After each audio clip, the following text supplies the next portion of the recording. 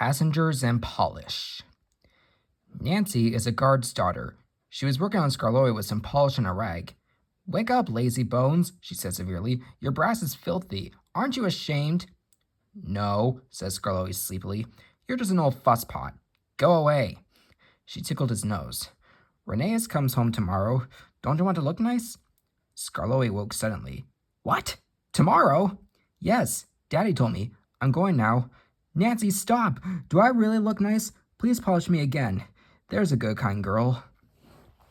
"Now who's an old fusspot?" laughed Nancy. She gave him another rub, then climbed down. "Aren't you going to polish me?" asked Duncan. "Sorry, not today. I'm helping the refreshment lady this afternoon. We must get the ices and things ready for the passengers on Skarloey's 2 o'clock train." "Never mind, Duncan. I'll give you a good polish tomorrow." But Duncan did mind. "It isn't fair," he complained.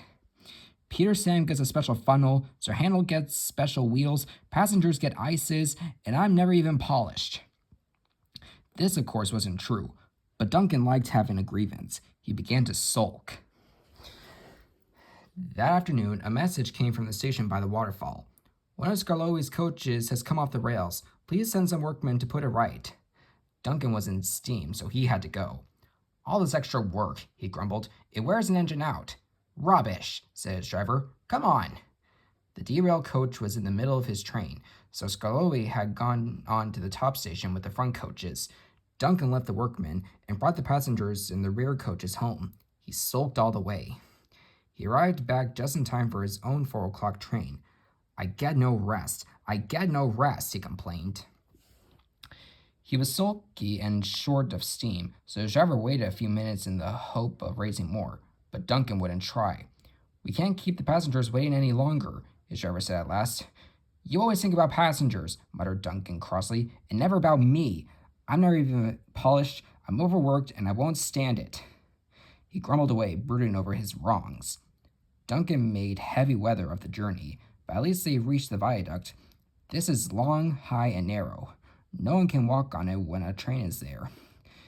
"Come on, Duncan," said his driver. "One more effort, and you'll have rest and drink in the station."